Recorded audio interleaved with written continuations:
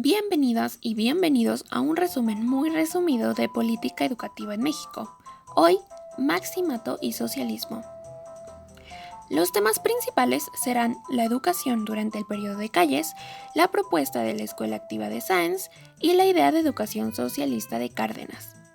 Muy bien, así que no podemos perder de vista el contexto en el que estamos navegando, el México postrevolucionario, el cual está caracterizado por tener como prioridad la reconstrucción nacional. Eran momentos en los que se buscaba tener claro lo que significaba ser mexicano y lo que significaba no serlo, así que predomina una ideología nacionalista. También hay que tener en cuenta la guerra cristera. La cristiada es uno de esos temas que no nos enseñan en la escuela, pero es muy importante para la historia del país. Fue un conflicto armado de 3 años entre el clero y sus simpatizantes y el Estado o gobierno. Esto sucedía porque una parte significativa del país era creyente de la religión católica y se enojaron muchísimo cuando en 1917 el gobierno prohibió la participación del clero en la política, privó a las iglesias a poseer bienes raíces e impedían el culto público fuera de los templos.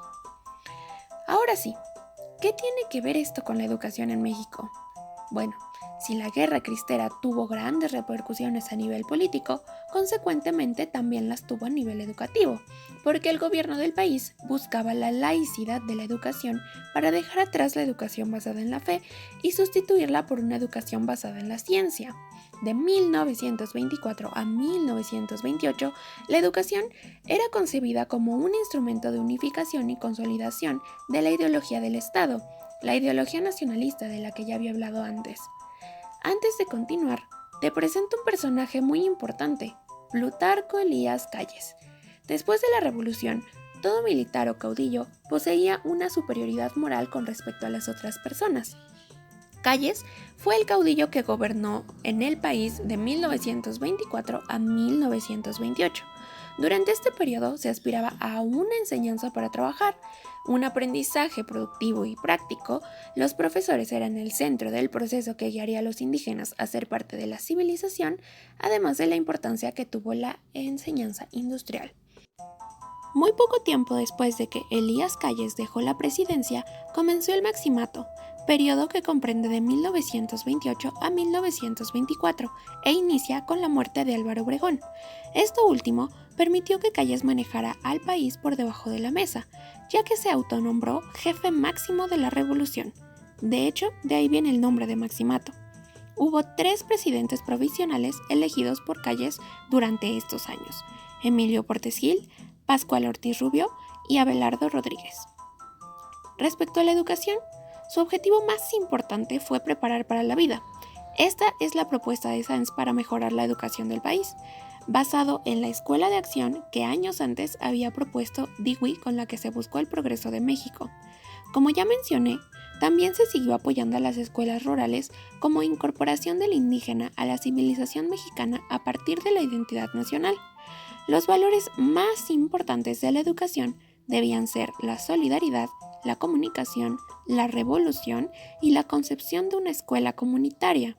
También se aplicó la educación instrumental, que tenía como objetivo brindar las herramientas necesarias para que los obreros lograran desempeñarse mejor en sus trabajos. Ahora, con el periodo de Cárdenas y la educación socialista, estamos llegando casi al final del resumen. Esto ya no se considera maximato porque Lázaro expulsó a Calles del país en 1936 y consecuentemente hubo cambios en el ámbito educativo. Primero, se reformó el artículo 3 constitucional, que ahora regularía la relación entre el gobierno y las escuelas particulares, además de evitar el fanatismo. Además, se centralizó la educación con la creación de la SEP. Hagamos una pausa para empatizar en estos 2 puntos. Debido a la tensión y la hostilidad entre el clero y el Estado, Cárdenas logró alcanzar la paz cambiando un poco las leyes referentes al culto del país.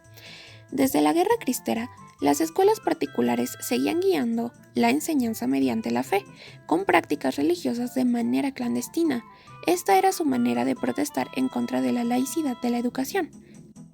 Además de cambiar estas leyes, se creó la Secretaría de Educación Pública, que se encargaría de controlar toda la educación del país, facilitando así su institucionalización. Estos dos puntos favorecieron el poder llegar a acuerdos mutuos entre los simpatizantes del catolicismo y el gobierno del país. Ahora sí, continuemos con las notas. El plan sexenal del periodo presidencial de Cárdenas se basaba en el pensamiento liberal fruto de los ideales liberales de la Revolución. Aparte, la enseñanza racionalista, que estaba en contra de la enseñanza dogmática y se mantenía el apoyo a la escuela de la acción. La historia de nuestro país se ha visto influenciada por la de otros países. De hecho, muchas de estas ideas están directamente relacionadas con sucesos que paralelamente sucedían en otras partes del mundo. ¿Y cómo hablamos de educación socialista sin mencionar el modelo pedagógico soviético? Ya sabes, educación para todos.